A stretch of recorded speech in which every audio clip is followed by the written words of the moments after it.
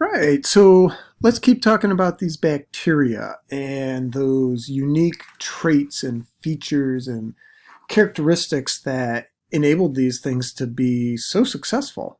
As we mentioned earlier, billions of years on this planet, unknown biodiversity, uncountable numbers of these organisms, and they're still here and they're still going. So I said, do a quick review mentally or write it down.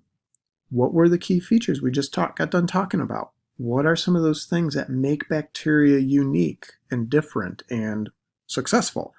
We left off the last lecture with this endospore feature. What it is hibernation mode. When a bacteria gets into a stressful environment, some of them have the ability to just go dormant. They wrap themselves in this protective coat and just basically seal themselves off, pretty much shut down metabolic functions, and just hang out and wait and hibernate. So they wait till environmental conditions get back to a better level for what they're accustomed to, and then they come out of their dormancy stage. So this is the concern with, imagine a bacteria that went dormant 15,000 years ago. It was living on the coat of a woolly mammoth. And as the mammoth died, the bacteria went dormant and endospored. Or an ancient pharaoh in Egypt that was buried thousands of years ago. And the bacteria on the individual's body went dormant. And it's been dormant for 15,000, 2,000, 3,000, whatever years. And now all of a sudden we pull these things out of the ice, we unearth these mummies. Is this the right environment for that bacteria to come out of that dormant stage? Is this a less stressful environment? If so, what the heck is that bacteria going to do? Does it have food available in this environment? Is it something that our immune system can deal with? All sorts of crazy questions and concerns because these things have this ability. So things to keep in mind, just, those weird questions that come up and weird ideas and concepts, but they are some amazing little creatures. So, all right, other features we were talking about. They have these internal membranes. So they don't have those cell organelles. The membranes are folded, these complex internal membranes that enable them to perform cellular respiration and or photosynthesis. So again, those membranes are going to be equivalent to the powerhouse of the cell in the eukaryotic world. So I want you guys to think back mentally, what is our powerhouse? And I'm not telling you, I want you to look it up if you don't know. That is what these membranes do for prokaryotes. They perform the same type of functions. Okay, so again, unique feature makes them functional and adaptable. So here's kind of the bigger picture. We've already talked about the nucleoid region, the plasmids. A common structure that we will see in bacteria that spans and crosses over to the eukaryotes are these little things called ribosomes. So ribosomes are little protein factories. They're structures that run protein synthesis. Eukaryotic cells have them. We do. Our DNA becomes RNA, and then the RNA goes to the protein factory, and it codes for the protein that it's going to build. So bacteria, prokaryotes have this structure in common with us. So they have to be able to make proteins to be able to build structures and think about all the things proteins do. And that list is quite extensive. So, all right, genetics, and we talked about it. Let's just hit it again so we remember and emphasize the importance. In the prokaryotic world, there is no what we would consider true sex. There's no boys and girls. There's no males and females. There are just cells. So you don't look at a bacterial cell and say, oh, that's a male and that's a female. There's no gender. But what they can do is this horizontal gene transfer. It was that conjugation idea I mentioned before. So here's bacteria. We'll just call it bacteria A. And bacteria B.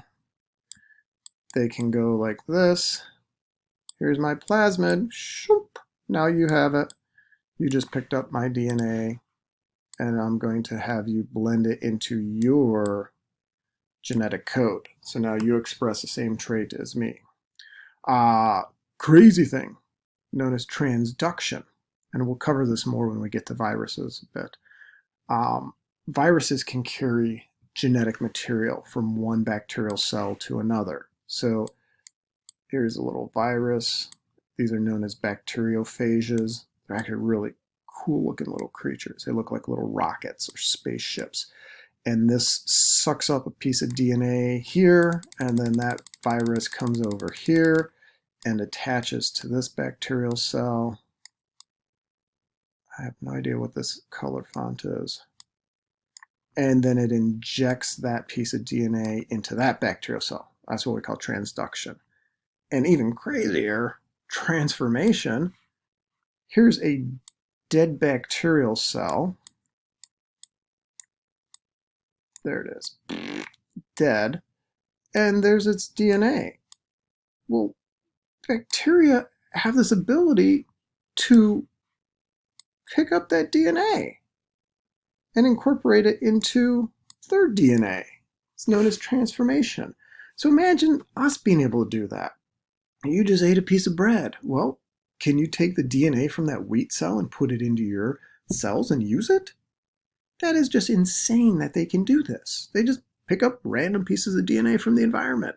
So this is the challenge in classifying these things. They're changing all the time. When is a bacterial cell actually not changing?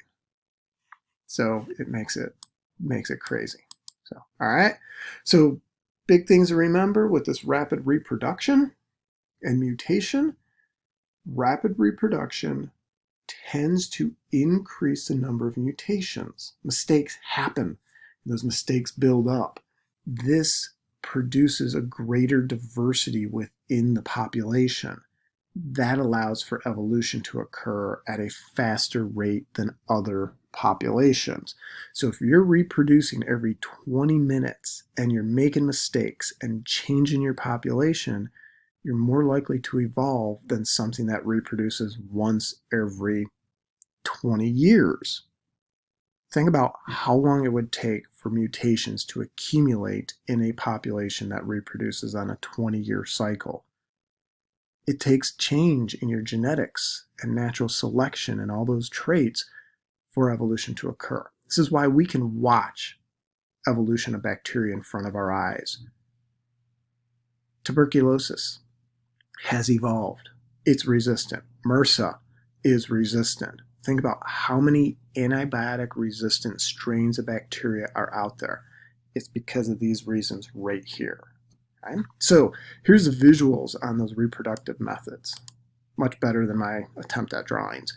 So here's conjugation. There's that little sex pelus, the tube. We'll make it a red piece of DNA. So this plasmid,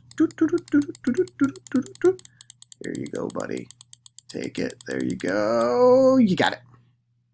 So now this cell has a gene from this cell. Conjugation, there's a better picture of it, kind of the process.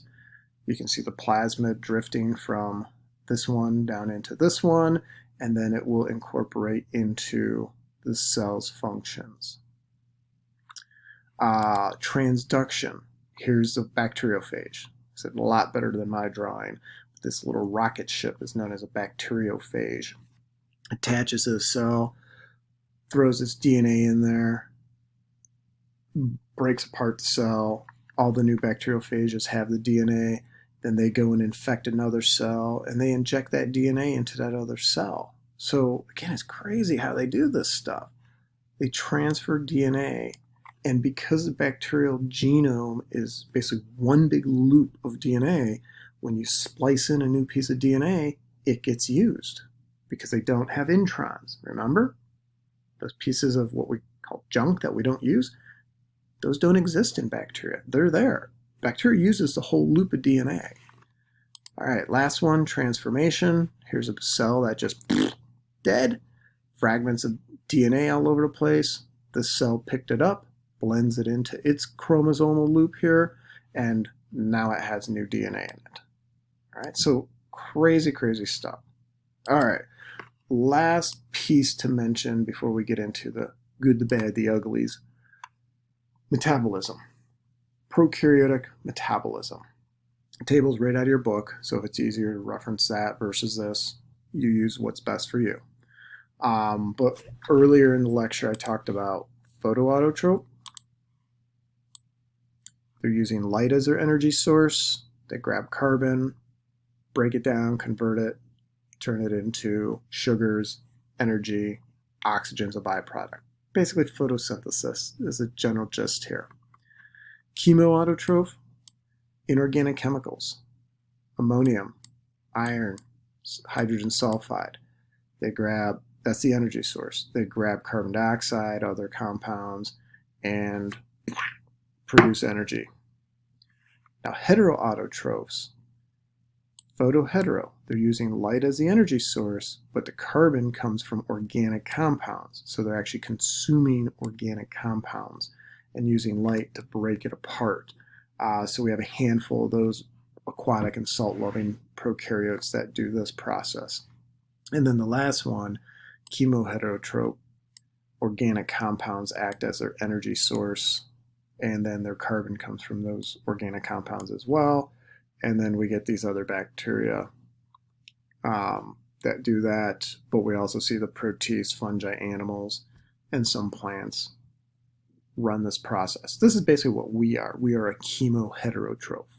We're using glucose as our main source of energy and our carbon source. So a lot of diversity in the metabolic aspect of prokaryotes. Okay, now what I want to do here is start talking about different bacteria, some kind of common examples where we'll run into bacteria in our lives. We'll talk about the bad ones, but then also I want to highlight some good ones. Bad ones, everybody heading towards medical school, pay attention. These are the ones you're going to be fighting your entire medical career. The good ones, environmental folks, pay attention. These are the ones we want to work with and we want to make sure we keep around and have abundant in the environment because of what they can do for us. So, and I'm not saying ignore the half if you're not going to med school or environmental, but think about the benefit, the pros and the cons of bacteria. They're not all bad. There's as many good ones as bad ones. So, okay. So, bad bacteria. Let's start here. Basic sanitation, washing of hands, cleaning things, keeping things aseptic. In surgery, we've learned bacteria can kill us. Early 20th century, 20% of kids died before the age of 5 just because of bacterial infections. Sadly, we still see lots of children dying in developing countries from basic bacterial infections. It's a terrible thing. We have the knowledge. We have the ability. We now need to have the will and the means to make it happen, to minimize these issues. All right, there's 2 tables here. These are right out of your book. You can go hit table 28.1, 28.2. I am not going to ask you guys to memorize everything here. It's not relevant to what we're doing. I'm going to highlight a couple of these key bacteria on these tables. If the table's easier to use as a resource, again, you make that call. But I'm going to go through and highlight a couple of them and then just take a look at some of these others. The ones I highlight, fair game for the exam or quizzes. The others I'm not going to ask you about, but just so you can kind of see some of the diversity here. So what we'll do in the next part of the lecture is start talking about some of the key bacteria on this table, or these tables that I want you guys to be familiar with. Basically, big key features of what they do and why we consider them bad. So tune in for the next one.